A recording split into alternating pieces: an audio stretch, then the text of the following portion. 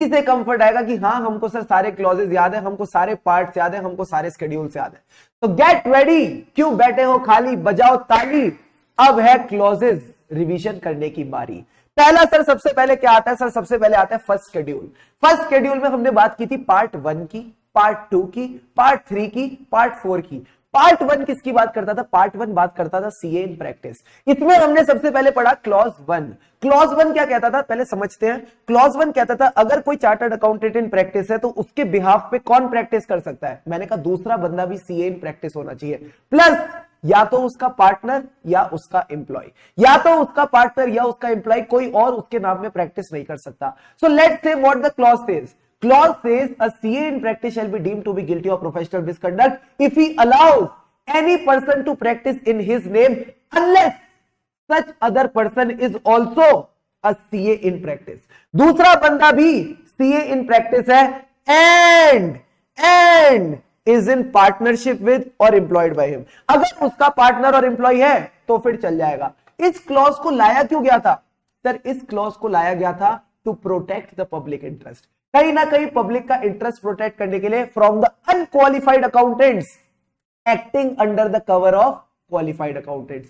Second thing, if the other person is his partner, if the other person is his employee, that person will be working under the control or supervision of CA in practice। दूसरा बंदा इसके control और supervision में काम करेगा, इसीलिए हम चाहते हैं कि सामने वाला बंदा CA in practice भी हो और या तो इसका पार्टनर हो या इसका एम्प्लॉय हो। यहां पे हमने कौन सा क्वेश्चन किया था सर, सीए संत और सीए पंत वाला क्वेश्चन हमने किया था कि पंत ने संत को अलाउ किया अपने नाम में प्रैक्टिस करने के लिए, बट संत को ना तो सैलरी मिलती थी ना कोई फीस मिलती थी, ना तो सैलरी मिलती थी ना कोई उसको शेयर ऑफ प्रॉफिट मिलता था, यानी ना तो वो एम्प्लॉय था ना तो वो पार्टनर था। क्योंकि एम्प्लॉय और पार्टनर नहीं था, इस वजह से clause 1 part 1 of first schedule में गिल्टी हुआ। तो क्लॉज 1 तो बड़ा सिंपल सा था।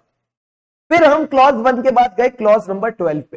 तो क्लॉज 12 क्या कहता है, a CA in practice shall be deemed to be guilty of professional misconduct. कब, if he allows a person to practice in his name। और क्या बोल रहे हो सर, क्लॉज 12 में प्रैक्टिस इन द नेम नहीं था, साइनिंग था। तो if he allows a member of ICI not in practice, अगर आपने किसी ऐसे पर्सन को अलाउ कर दिया जो मेंबर ऑफ आईसीआई प्रैक्टिस में नहीं है या फिर वो आपका पार्टनर नहीं है, किस चीज के लिए अलाउ किया, to sign on his behalf और बिहाफ ऑफ हिज फर्म। क्या साइन करने के लिए अलाउ किया है, फाइनेंशियल स्टेटमेंट्स और रिपोर्ट। एंड फाइनेंशियल स्टेटमेंट्स में क्या आता है सर, फाइनेंशियल स्टेटमेंट्स में आती है बैलेंस शीट और पीएनएल। ये चारों चीजें अगर आपने साइन करने के लिए अलाउ करी तो दिक्कत हो जाएगी। बट एक बात बताओ दिल पे हाथ रख के, कई ऐसे रूटीन मैटर्स होते हैं जिनको अपन डेलीगेट कर सकते हैं। क्या उनको मैं डेलीगेट कर दूं, कहते करो। अगर टैक्स रिप्रेजेंटेशन के लिए जाना है, routine representation before tax authorities है, कर सकते हो। उसका सेक्शन क्या था, उसका सेक्शन क्या था, जो टैक्स रिप्रेजेंटेशन है उसका सेक्शन क्या था सर, सेक्शन 288। तो सेक्शन 288 में जो टैक्स रिप्रेजेंटेशन है उसको डेलीगेट करो। क्लाइंट से इंक्वायरी करनी है, क्लाइंट से बातें पूछनी है, उसको डेलीगेट करो, कोई झंझट नहीं है। जितने भी रूटीन मैटर्स है आप उनको डेलीगेट कर सकते हो, कोई दिक्कत की बात नहीं, do it wholeheartedly. Got the point, yes sir. फिर अपना 3 क्लॉज अपन ने साथ साथ पढ़े थे सर, क्या थे 2, 3, 4। 2, 3, 4 3 क्लॉजेस अपन ने साथ साथ पढ़े थे सर। 2 क्या कहता है, 2 बड़ी सिंपल सी बात कहता था, जो भी आप कमाओ उसका शेयर किसी को मत दो। यानी a CA in practice shall be deemed to be guilty of professional misconduct if he pays or allows, if he pays or allows or agrees to pay or allow any share com bro, any share com bro, any share commission or brokerage in the fees or profits to any person, किसी को भी दोगे तो guilty हो जाओगे other than member of ICAI, his partner, retired partner और legal representative of deceased partner. इन लोगों को आप दे सकते हो, साथ ही साथ member of professional body with prescribed qualification.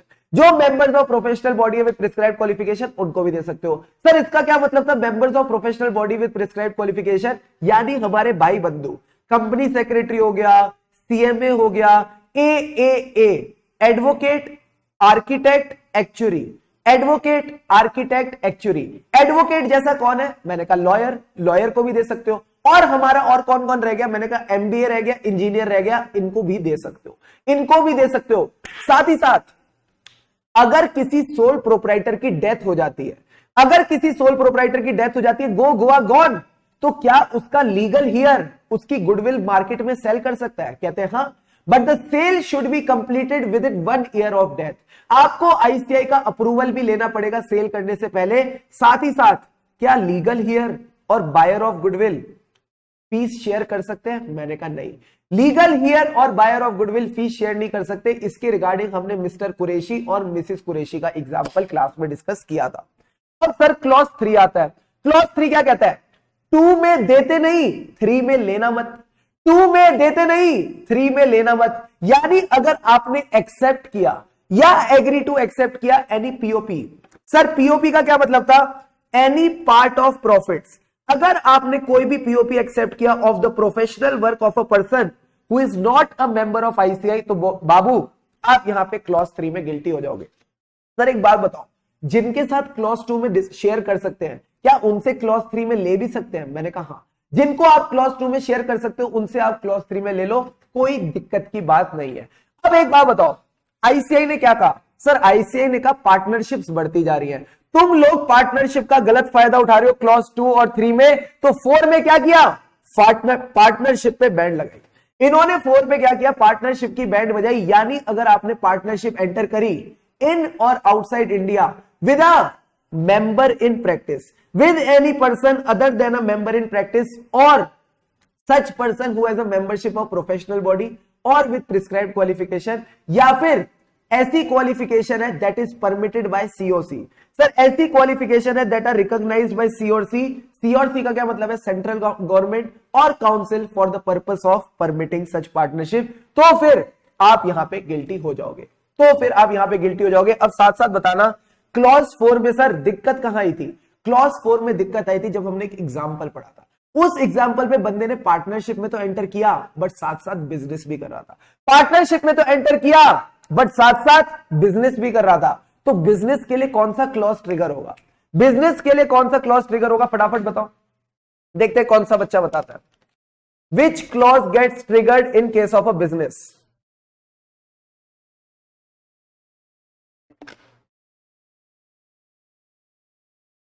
बोलो रे बोलो प्यारे बच्चों। 11, एक बार चार्टर्ड अकाउंटेंट बन गए तो कोई ऑक्यूपेशन और बिजनेस नहीं कर सकते, कोई और ऑक्यूपेशन और बिजनेस नहीं कर सकते। तो आ जाओ दुन दुन दुन दुन दुन दुन दुन। क्लॉज 11, सर क्लॉज 11 का मतलब क्या था?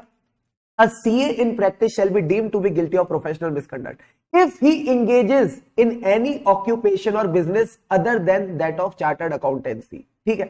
Can he become a director of a company? Answer is yes, but not a MD or WTD। Plus director उसी कंपनी के जिसमें आपका पार्टनर ऑडिटर नहीं है, जिसमें आपका पार्टनर ऑडिटर नहीं है। साथ ही साथ आईसीआई ने एक बात बोली थी, उन्होंने कुछ परमिशंस दिए, जनरल परमिशन और स्पेशल परमिशन। क्या हम जनरल और स्पेशल का थोड़ा गेम खेल सकते हैं? हाँ सर खेल सकते हैं। एक एक करके पूछूंगा, बताते जाना, एक एक करके पूछूंगा, बताते जाना। Is authorship of non professional books allowed? क्या नॉन प्रोफेशनल बुक्स की ऑथरशिप अलाउड है? Answer is yes, authorship of non professional books is allowed. मैंने कहा क्यों? क्योंकि ऑथरशिप में ओरिजिनल कंटेंट आता है। Very very good. क्या एग्रीकल्चरल एक्टिविटी अलाउड है? मैंने कहा हाँ। मेरा देश मेरा देश मेरा देश देश देश देश देश मेरा देश बदल रहा है, आगे बढ़ रहा है। तो देश को आगे कौन बढ़ा रहा है? खेती बाड़ी। तो इन्होंने कहा सीए इन प्रैक्टिस को क्यों बैठे हो खाली, उठाओ हल और लग जाओ ज्योति करने। सर ज्योति का क्या मतलब है? कहीं ना कहीं आपने एग्रीकल्चर करना है। और सर और बताओ और क्या क्या कर सकते हैं? इसी तरह आप रिकवरी कंसल्टेंट बन सकते थे। और बताओ स्पेशल मैजिस्ट्रेट बन सकते थे, आप एमएलए एमएलसी बन सकते थे, member of legislative assembly, member of legislative council, आप नोटरी पब्लिक बन सकते हो, आप जस्टिस ऑफ द पीस बन सकते हो। तो इस तरह की जो अच्छी अच्छी चीजें वो कर सकते हो। क्या मैं प्राइवेट कोचिंग दे सकता हूं? हाँ सर प्राइवेट कोचिंग भी दे सकते हो, कोई दिक्कत की बात नहीं है। और बताओ सर और क्या क्या कर सकते हैं? तो ये सारी चीजें मैंने कहीं ना कहीं जनरल परमिशन में आपको बताई थी। अगर आप चाहो तो एक बार फटाफट इनको रीड कर लेना। ठीक है सर। स्पेशल परमिशन में क्या है? मैंने कहा जनरल के अलावा जो भी बिजनेस करना है उसके लिए स्पेशल परमिशन लगेगी। एग्जाम्पल, अगर मैं कॉमोडिटी डेरिवेटिव्स में ट्रेडिंग करना चाहता हूं, दिस इज नॉट अलाउड। ये एक बिजनेस ट्रीट किया जाएगा। तो कॉमोडिटी डेरिवेटिव्स में ट्रेडिंग के लिए आपको स्पेसिफिक एंड प्रायर अप्रूवल लेना पड़ेगा आईसीआई का, ठीक है। अच्छा एक बात बताओ, जो एडिटरशिप है ये एडिटरशिप किसकी अलाउड है? सर एडिटरशिप मतलब धंधा बढ़ाना। Editorship is business, it is marketing business. तो editorship is only allowed for professional journals. ये सिर्फ और सिर्फ प्रोफेशनल जर्नल्स के लिए अलाउड है। इसके साथ साथ हमने एक एथिकल स्टैंडर्ड बोर्ड वाला पॉइंट डिस्कस किया था, वो ध्यान में रखना कि auditor of a subsidiary company can't become the director of the holding company. Sir ऐसा क्यों? एथिकल स्टैंडर्ड बोर्ड कहता है public conscience need to be kept ahead of the law, उसको आपको लॉ के आगे रखना है। एंड अगर आप ऑडिटर ऑफ सब्सिडरी को डायरेक्टर बना दोगे होल्डिंग का, तो his independence will be affected. साथ ही साथ हमने ये बताया था क्या आप एचयूएफ के कर्ता बन सकते हो? हाँ, हम एचयूएफ के कर्ता बन सकते हैं, बट रिमेंबर आप एक्टिवली बिजनेस में इन्वॉल्व नहीं हो सकते। आप एक्टिवली बिजनेस में इन्वॉल्व नहीं हो सकते। तो छोटी छोटी प्यारी प्यारी अपन ने डिस्कशन की थी क्लॉज 11 में। क्लॉज 11 में अपन ये डिस्कशन की थी, क्या सीए इन प्रैक्टिस बिकम कर सकता है MD of a company? The answer is it will be discuss tomorrow. ये हम कल की क्लास में डिस्कस करेंगे। It will be discuss tomorrow. एक स्पेशल केस है, नेक्स्ट क्लास में हम डिस्कस करेंगे जहां पे आप किसी कंपनी के एमडी बन सकते हो, ठीक है। वो अपन स्पेशल केस अगली क्लास में डिस्कस करके चलेंगे। तो यहां हमारा क्लॉज 11 कंप्लीट हो गया था। फिर हमने क्या पढ़ा सर? हमने पढ़ा क्लॉज नंबर 5। ये तो मुझे बिल्कुल भी पसंद नहीं है, आईसीआई पूछता नहीं और इसका कोई मतलब नहीं है। क्लॉज 5 को आप रीड कर लेना। फिर हमने पढ़ा सर क्लॉज 6 और 7। आहा, बड़े ही प्यारे, बड़े ही आनंदमयी क्लॉज। सर क्लॉज 6 क्या था? क्लॉज 6 कहता है स से 6 स से सॉलिसिट, स से 6 स से सॉलिसिट। यानी अगर आपने सॉलिसिट किया, आपने काम मांगा सर किससे? If you are soliciting your client or professional work directly or indirectly by CAPI. CAPI का क्या मतलब था सर? कैपी का मतलब था सर्कुलर, एडवर्टीजमेंट, पर्सनल कम्युनिकेशन और interview. Circular, advertisement, personal communication और इंटरव्यू। तो बाबू आप गिल्टी हो जाओगे, प्रोवाइडेड 2 एक्सेप्शन याद रखना। सर पहली एक्सेप्शन क्या है? क्या मैं काम मांग सकता हूं दूसरे सीए इन प्रैक्टिस से? कहता है हाँ, दूसरे सीए इन प्रैक्टिस से साड़ी अलाउड है, यानी nothing is prohibiting a chartered accountant from applying. पहले स्टार्ट करते हैं सिक्योरिंग, अप्लाइंग, रिक्वेस्टिंग और inviting work from another CA in practice और responding to the tenders. But tenders के बारे में एक पॉइंट याद रखना है, अगर ये tender exclusively for chartered accountant है तो minimum fees should be prescribe. अगर एक्सक्लूसिव नहीं है, ओपन टू ऑल, तो रिस्पॉन्ड करो, कोई रोकता नहीं है। क्या मैं ऐसे केस में अर्नेस्ट डिपॉजिट दे सकता हूं? क्या मैं ऐसे केस में अर्नेस्ट डिपॉजिट दे सकता हूं? हाँ, ऐसे केस में आप अर्नेस्ट डिपॉजिट दे सकते हो, कोई दिक्कत की बात। ऐसे केस में आप अर्नेस्ट डिपॉजिट दे सकते हो, कोई दिक्कत की बात नहीं है। साथ साथ क्लॉज 6 में हमने बहुत सारी बातें की थी। एक सीए रीअपॉइंट होना चाहता है एज ऑडिटर, उसको रीअपॉइंट नहीं कर रहे, तो उसका स्कोप ऑफ रिप्रेजेंटेशन क्या होगा? क्लॉज 6 में बताया। वेबसाइट की गाइडलाइंस क्या होंगी? क्लॉज 6 में बताई। एक चार्टर्ड अकाउंटेंट के घर में शादी है, कोई रिलीजियस सेरेमनी है, उसका इनविटेशन कार्ड वो सिर्फ अपने रिलेटिव्स को, अपने क्लाइंट्स को, अपने फ्रेंड्स को दे सकता है। अगर मेरा कोई दोस्त है जो कि चार्टर्ड अकाउंटेंट है, उसने अपने किसी क्लाइंट से मुझे मिलवाया, तो क्या उस क्लाइंट से मैं डायरेक्टली काम एक्सेप्ट कर सकता हूं? मैं कहूंगा नहीं, मैं डायरेक्टली उस क्लाइंट से काम नहीं कर सकता एक्सेप्ट, मैं कहूंगा मेरे दोस्त के वाया वाया हो, जो मेरा दोस्त प्रैक्टिसिंग सीए उसके वाया वाया हो, मैं उससे डायरेक्टली काम एक्सेप्ट नहीं कर सकता। टेलीविजन और मूवी क्रेडिट, आखिरी में डायरेक्टर का नाम आता है, म्यूजिक डायरेक्टर का नाम आता है, क्या सीए का नाम भी आ सकता है? हाँ, सीए का नाम भी आ सकता है, कोई दिक्कत की बात नहीं है। क्या सीए अपना नाम टेलीफोन डायरेक्टरीज में डलवा सकते हैं? हाँ सर, टेलीफोन डायरेक्टरीज में डलवा सकते हैं, कोई दिक्कत की बात नहीं है। तो ऐसी छोटी मोटी प्यारी प्यारी बातें डिस्कस की थी, तो आप एक बार क्लॉज 6 से उसको रीड करके चल सकते हो। फिर हमने डिस्कस किया सर क्लॉज 7। क्लॉज 7 क्या कहता था? क्लॉज 7 कहता था 2 चीजें जब आप गिल्टी हो जाओगे। A CA in practice shall be deemed to be guilty of professional misconduct if he advertises. Sir, advertises क्या? Either the professional attainments or services, or uses any designation other than that of CA, or any degree allowed by the central government, or any other qualification or professional body that is permitted by the central government or council, वो भी आप use करके चल सकते हो। वो भी आप यूज करके चल सकते हो। You can also advertise through a writeup. सारे बच्चे बताओ, जो हमारे राइटअप का फॉन्ट है, जो हमारे राइटअप का जो फॉन्ट है, उसका फॉन्ट साइज कितना हो सकता है? That font size should be up to what? अब तुम्हारा क्वेश्चन आ गया, अब तुम्हारा क्वेश्चन आ गया, chocolate question of the day. जिस बच्चे ने सबसे पहले बताया उसको आज की चॉकलेट जाएगी। फटाफट बताओ।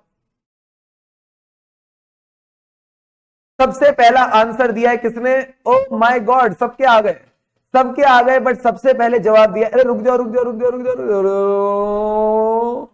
ये आ गया, ये आ गया, पायल भगवानी। पायल भगवानी को जाता है आज की chocolate. So Payal, please remember to message me after the class, आज की चॉकलेट आपके नाम। अब सर अगला क्वेश्चन, क्लॉज 8।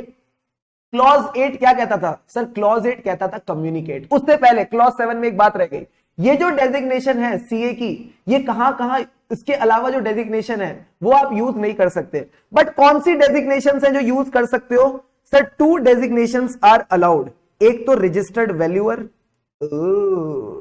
दूसरी डेजिग्नेशन क्या थी? दूसरी थी इंसॉल्वेंसी प्रोफेशनल। ये इंसॉल्वेंसी प्रोफेशनल भी अलाउड है। CPA as a designation is not allowed, but 3 CPA allowed है sir. CPA Ireland,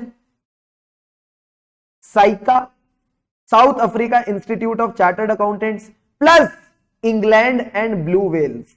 England and Wales, blue well नहीं है सर, वो इंग्लैंड एंड वेल है। इनको भी कहीं ना कहीं आप यूज कर सकते हो, इनको भी कहीं ना कहीं आप यूज कर सकते हो। तो प्लीज इन प्यारे प्यारे पॉइंट्स को ध्यान में रख के चलना। अच्छा एक सवाल और, एक सवाल और, जब इतनी प्यारी रिवीजन चली रही है तो एक बात और बताओ। एक चार्टर्ड अकाउंटेंट किसी कंपनी में काम करता है, उस कंपनी ने क्या किया सर? उस कंपनी ने प्रोस्पेक्टस निकाली। उस प्रोस्पेक्टस में उसने क्या किया सर? उसने लिखी सीए की एक्सपर्टीज, उसकी स्पेशलाइजेशन, उसकी नॉलेज। क्या ये सीए गिल्टी होगा? हां सर, हां, this CA will be guilty. मैंने कहा which clause? Sir under 2 clauses 7 and 6। 6 and 7 दोनों में गिल्टी होगा। ये आईसीआई ने अपने स्टडी मटेरियल के एग्जांपल्स में दे रखा है। प्लीज इस बात को ध्यान रखना, ये भी अपन ने क्लास में डिस्कस किया था, ये भी अपन ने क्लास में डिस्कस किया था। 6 एंड 7 दोनों आएंगे। प्लीज रिक्वेस्ट, इस पॉइंट को अपन ध्यान में रख के चलेंगे। Clear boss? Yes sir. क्या प्यारी रिवीजन हो रही है, क्या प्यारी रिवीजन हो रही है, दिमाग के ताले खुल रहे हैं सर। अब बताओ, क्लॉज 8, 8 माने कम्युनिकेट, 8 माने कम्युनिकेट। सर कम्युनिकेट का क्या मतलब है? A CA in practice shall be deemed to be guilty of professional misconduct if he accepts an audit without first communicating with the previous auditor who was a chartered accountant. बिना पिछले auditor से communicate करें अगर आपने audit accept कर लिया तो बाबू आप गिल्टी हो जाओगे। सर हमें कम्युनिकेट क्यों करना है? It is your professional obligation and it is your professional duty. ये आपकी प्रोफेशनल ड्यूटी है, प्लस आपका प्रोफेशनल, एक वर्ड और था, प्रोफेशनल ड्यूटी है एंड ड्यूटी के साथ एक और पॉइंट था, बड़ा अच्छा वर्ड था। क्या वर्ड था सर? वो ड्यूटी है and professional courtesy, courtesy courtesy courtesy. इतने प्यारे प्यारे अंग्रेजी शब्द झड़क रखे ना, मजा आ जाता है सर। प्रोफेशनल ड्यूटी है, प्रोफेशनल कर्टेसी है, ये जानना कोई रीजन तो नहीं है that you should not accept the audit. Sir what can be the reason of not accepting the audit? हो सकता है पुराने ऑडिटर की अनडिस्प्यूटेड फीस पेड ना हो सकता है कंप्लायंस ना हो विद सेक्शन 139 140, हो सकता है क्वालिफाइड ओपिनियन हो। क्या क्वालिफाइड ओपिनियन का ये मतलब था ऑडिट एक्सेप्ट नहीं करेंगे? मैंने कहा नहीं। आप ये चेक करो पुराने ऑडिटर का एटीट्यूड इशू तो नहीं था। If there was a issue with the पुराना ऑडिटर एटीट्यूड देन तो आप एक्सेप्ट कर लो। बट अगर उसने ऑडिट रिपोर्ट क्वालिफाई करी for just and valid reason, उसने जस्टिफाइड और वैलिड रीजन की वजह से ऑडिट रिपोर्ट क्वालिफाई की थी, then you should not accept the audit. But remember, there is no rule written or unwritten that you should accept the audit or not. You should consider the full facts and circumstances. Sir, 4 तरीके बताओ जो ICI accept करता है communicate करने के। 2 देसी तरीके, 2 विदेशी तरीके। बोलो मेरे साथ, 2 देसी तरीके, 2 विदेशी तरीके। सर देसी तरीके क्या है? आरपीएडी। आरपीएडी मतलब registered post with acknowledgement due. दूसरा देसी तरीका है जाके बाय हैंड दे दो, रिटर्न एक्नॉलेजमेंट ले लो। विदेशी तरीके क्या है? By email. सर ईमेल किस पे? Email ID registered with ICAI और last known official email ID of that person. दूसरा यूडिन वाला तरीका है, ये आपने 4 तरीकों से आप उसके साथ कम्युनिकेट करके चल सकते हो। ये बातें हमने कहीं ना कहीं क्लॉज 8 में करी थी। फिर अपन आ गए क्लॉज 9। क्लॉज 9 का क्या मतलब था? Compliance with section 139 and 140। अगर आपने compliance with section 139 and 140 check नहीं करी और ऑडिट एक्सेप्ट कर लिया तो क्लॉज 9 में गिल्टी हो जाओगे। तो क्लॉज 9 में गिल्टी हो जाओगे। And the last clause that we discussed of part 1 of first schedule, जो सबसे बड़ा पार्ट है, दैट वाज क्लॉज 10। क्लॉज 10 यानी कंटिंजेंट। आपकी जो फीस है, it can not be based on the percentage of profits, it can not be contingent upon the findings और result of your work. But remember, there are some exception, there are some exception. Sir exception क्या है? Cooperative society का audit कर रहे हो, आप receiver और liquidator हो, आप रजिस्टर्ड वैल्यूअर हो, आप फंड रेजिंग सर्विस दे रहे हो, आप मैनेजमेंट कंसल्टेंसी सर्विस दे रहे हो, आप कॉस्ट ऑप्टिमाइजेशन सर्विस दे रहे हो, इस तरह की अगर सर्विसेज दे रहे हो, साथ ही साथ आप इंसॉल्वेंसी प्रोफेशनल हो या नॉन सर्विसेज दे रहे हो। सर नॉन का क्या मतलब है? Non assurance service to a non audit client, non assurance service to a non audit client, तो भी ये सारी की सारी सर्विसेज चल जाएंगी।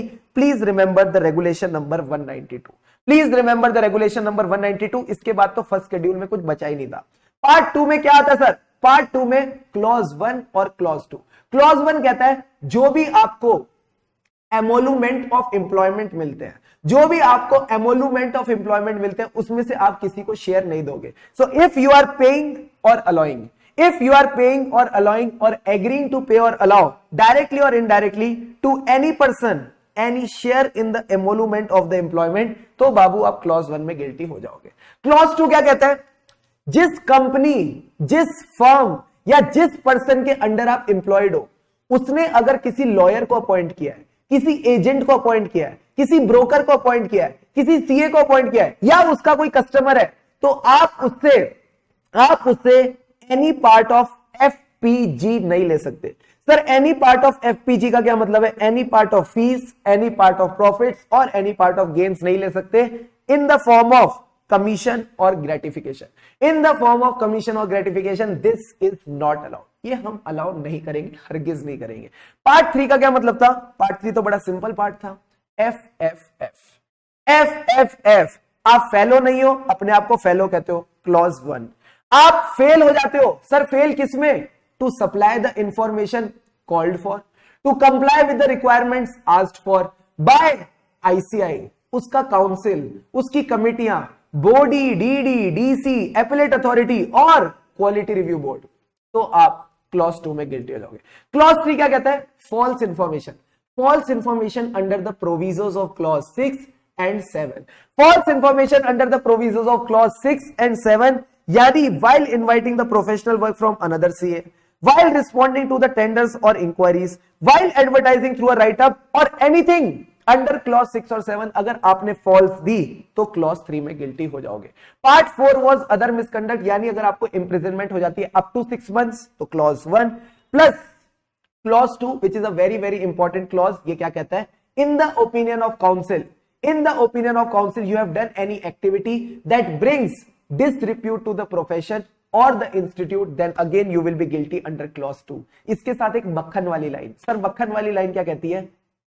Chartered accountant, a chartered accountant is expected to maintain highest standards of integrity even in his personal affairs। any deviation, come on, any deviation from these standards will expose him to disciplinary action।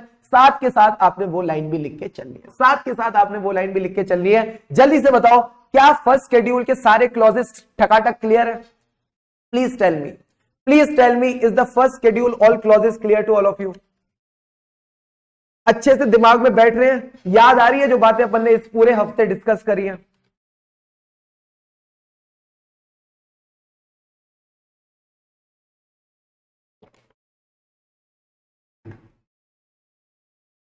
All right sir, हफ्ते में 4 शनिवार होने चाहिए। अब आता है sir second schedule, होले होले हो जाएगा। बहुत छोटा सा शेड्यूल है, फटाफट हो जाएगा। देखो क्या कहता है सेकंड शेड्यूल का पार्ट 1। किसकी बात करेगा? सीए प्रैक्टिस की। सबसे पहले बात करेंगे सर क्लॉज 1 की। क्लॉज 1 क्या कहता था? 1 नंबर कॉन्फिडेंशियलिटी। देखो कुछ अलग बात नहीं कहता, और याद रखना भी मुश्किल नहीं है, सीधा बोलता है सर 1 नंबर कॉन्फिडेंशियलिटी, यानी a CA in practice shall be deemed to be guilty of professional misconduct कब? If he discloses the information acquired in the course of professional engagement to any person other than his client. Client के अलावा किसी को भी अगर इसने information disclose कर दी, then he will be guilty unless he has taken the permission of the client, he is permitted by the client or required by the law for the time being in force. अगर law की requirement हो तो disclose कर सकता है। इतनी सी बात clause 1 ने लिखी थी। सर क्लॉज 2 क्या था? क्लॉज 2, पहली बात तो 2 नहीं है, तमीज से बोलो, ये 2 नहीं 2 है। सर 2 का मतलब क्या था? कोई भी report on examination of financial statement देने से पहले, कोई भी report on examination of financial statement देने से पहले एग्जामिन तो कर दो। सर एग्जामिन कौन करेगा? या तो आप, या आपका पार्टनर, या आपका एम्प्लॉय, या कोई और सीए इन प्रैक्टिस, या कोई और सीए इन प्रैक्टिस। इन चारों में से कोई भी एग्जामिन करेगा तो चल जाएगा, इन चारों में से कोई भी एग्जामिन करेगा तो चल जाएगा। अब आता है sir clause number 3। Sir clause 3 किसकी बात करता था? ईओई। ईओई का क्या मतलब था? सर क्लॉज 3 कहता था if you are permitting your name और the name of your firm, if you are permitting your name or the name of your firm to be used in connection with a EOE, estimate of earnings. Sir, these earnings are estimated, these are contingent upon future transactions, and you are doing this in such a way that the other person is believing in a manner that it may lead the other person to believe that he vouches for the accuracy of the forecast. कहीं ना कहीं आप forecast की accuracy को vouch कर रहे हो तो बाबू आप गिल्टी हो जाओगे। सर इसका मतलब क्या हम प्रोजेक्टेड रिपोर्ट्स नहीं दे सकते? दे सकते हो, बट 3 चीजें लिखनी पड़ेंगी। बस सर हमको पता है, बस हमको पता है। सर बस का मतलब क्या था? Basis of forecast, assumption used and source of the information। बस का मतलब था basis of forecast, assumption used, source of the information। साथ ही साथ आप ये लिखेंगे that you don't vouch for the accuracy of forecast, आप इसकी एक्यूरेसी को वाउच नहीं करते। इतनी बात आपने बस लिख के चलनी है, प्लीज इतनी सी बात लिख देना, ठीक है सर। क्लॉज 4 क्या कहता था? क्लॉज 4 नहीं, ये 2 स्क्वायर है। ये क्लॉज 4 नहीं, ये 2 स्क्वायर है, यानी पहला 2 किसका? 20% का। 20% यानी substantial interest. That means a CA in practice shall be deemed to be guilty of professional misconduct if he expresses an opinion. Expresses an opinion on the financial statements of an entity in which he, his partner or his firm has substantial interest. अगर substantial interest है तो आप opinion नहीं दे सकते। इसी तरह अगर आप किसी कंपनी के इंटरनल ऑडिटर हैं तो आप उसके स्टैट्यूटरी ऑडिटर या टैक्स ऑडिटर नहीं बन सकते। और अगर आप किसी कंपनी में डायरेक्टर हैं और एज अ डायरेक्टर आपने कंपनी से रिजाइन किया तो इस ब्रेकअप के बाद कितने साल लगेंगे ओवरकम करने में? मैंने कहा 2 साल लगेंगे ओवरकम करने में, 2 साल लगेंगे रिबाउंड करने में। तो सर 2 साल का क्या मतलब है? 2 इयर्स का कूलिंग पीरियड लगेगा, 2 इयर्स का कूलिंग पीरियड लगेगा after you resign from a company as a director. 5 और 6 एक जैसे थे। सर 5 और 6 एक जैसे क्या थे? 5 में था failure to disclose a material fact, failure to disclose a material fact known to him that is not appearing in the financial statements and disclosure of which is necessary to make the financial statement not misleading when he is associated in the professional capacity. And 6 क्या कहता था? Failure to report a material misstatement. Again, it is known to him and he is associated with the financial statement in professional capacity. अगर disclosure missing है तो 5 and अगर material misstatement है तो 6। ये पॉइंट आपने याद रखने हैं। एंड दोनों ही पॉइंट में इसको सब पता है, दोनों ही पॉइंट में इसको सब पता है। तो इतनी सी बात अपन ध्यान में रखेंगे। क्लॉज 7 क्या कहता था? सर क्लॉज 7 कहता था हमको हफ्ते में कितने दिन एक्सरसाइज करनी चाहिए? 7 दिन एक्सरसाइज करनी चाहिए। अगर एक्सरसाइज नहीं करेंगे तो क्लॉज 7 में गिल्टी हो जाएंगे, यानी CA in practice shall be deemed to be guilty of professional misconduct under clause 7 when he does not exercise due diligence or is grossly negligent in the conduct of his duties। Sir इसके साथ मक्खन वाली line क्या थी? इसके साथ मक्खन वाली लाइन बड़ी सिंपल थी। When is this clause attracted? This clause is attracted when it is necessary to judge। जब जरूरी हो जाता है जज करना whether the chartered accountant has reasonably and diligently discharged his duties। क्या इसने अपना काम तौर तरीके से किया है या नहीं। दूसरा,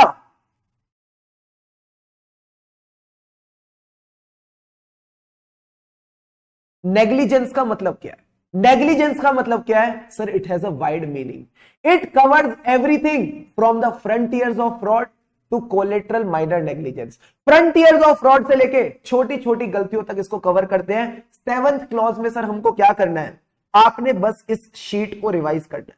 क्लॉज 7 में बस आपने इस शीट को रिवाइज करना है। जो क्लॉज 7 में मैंने आपको केसवानी के किस्से लिखवाए हैं, जो क्लॉज 7 में मैंने आपको टेक्निक्स दी हैं, बस आपने उन टेक्निक्स को रिवाइज करना है। कहां गई सर टेक्निक्स? किथे गई सी? जितनी टेक्निक लिखवाई थी वो किथे गई सी? ये रही। अरे कहां गई? जुगाड़ फीट शुभम केसवानी। इन जुगाड़ों को बस आपने रिवाइज करके चलना है। और जो मैंने नोट्स में पॉइंट्स दे रखे उनमें जो भी मैंने रीड करने को कहे थे उनको रीड करना। बाकी पॉइंट्स को जहां इंपॉर्टेंट लिखवाया उनको आप ध्यान में रख के चलेंगे, उनको आप ध्यान में रख के चलेंगे। Yes sir.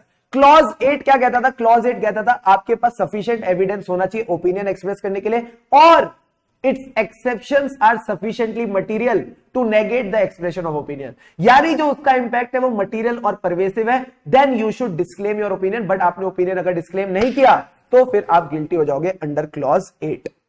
Then come sir clause 9। 9 क्या था?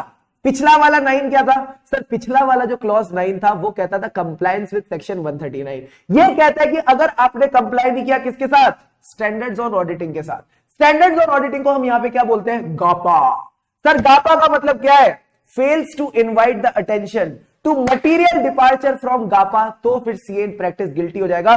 सर गापा मतलब generally accepted procedure on auditing. इसके हमने 3 स्पेशल पॉइंट भी डिस्कस किए थे। पहला स्पेशल पॉइंट क्या था?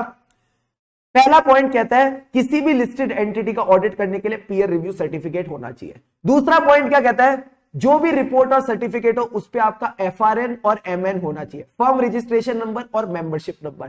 तीसरा पॉइंट क्या डिस्कस किया था? तीसरा पॉइंट था 1 दिन 2 दिन यूडिन। सर यूडिन का क्या मतलब है? कोई भी रिपोर्ट और सर्टिफिकेट साइन करोगे तो यूडिन मेंशन करना जरूरी है। यूडिन मेंशन करना जरूरी है। 3 प्यारी प्यारी बातें बताई थी, इनको याद रखना। स्पेशल पॉइंट्स करके लिखवाए, स्पेशल पॉइंट्स करके लिखवाया नोट्स में, इनको मत भूल जाना। अब सर क्लॉज 10, पिछली बार क्या था?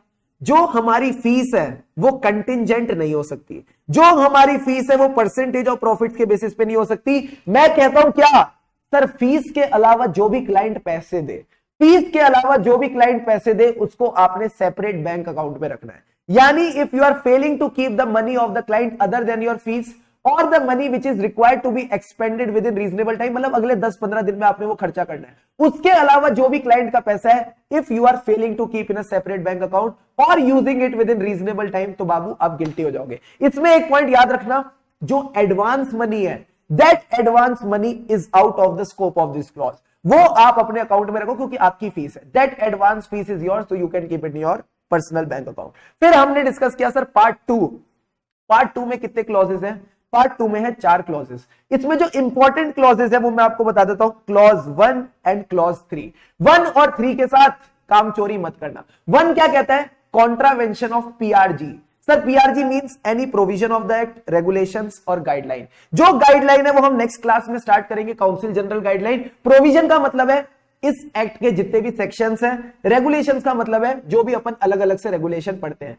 इसमें आपने बस एक बात ध्यान रखनी है, अगर किसी आर्टिकल असिस्टेंट के साथ गलत हो रहा है, किसी आर्टिकल असिस्टेंट को लेके पंगा हो रहा है, तो 99.99% चांस है कि क्लॉज 1 ही अट्रैक्ट होके चलेगा।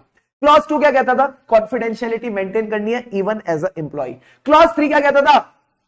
If you are including in any SIRF, sir SIRF का मतलब क्या था? स्टेटमेंट, इंफॉर्मेशन, रिटर्न और फॉर्म सबमिटेड टू आईसीआई, उसका काउंसिल, उसकी कमेटियां, बॉडी, डीडी, डीसी और एपेलेट अथॉरिटी और any quality review board, particulars knowing them to be false. आपने ऐसे पर्टिकुलर्स इंक्लूड करें जो आपको पता है गलत है, तो फिर ये आप यहां गिल्टी हो जाएंगे।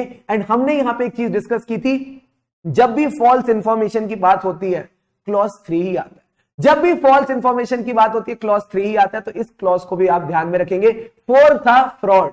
4 था फ्रॉड, यानी अगर आपने क्लाइंट के पैसे को इम्बेजल किया, डेफलकेट किया, तो क्लॉज 4 में गिल्टी हो जाएगा। तो फिर क्लॉज 4 में गिल्टी हो जाएगा। एंड पार्ट 3 क्या कहता है? If there is a imprisonment of more than 6 months, If there is a imprisonment of more than 6 months, then you will be guilty under part 3. Then you will be guilty under part 3. सारे के सारे clauses revise, सारे के सारे clauses classic तरीके से revise कर लिए।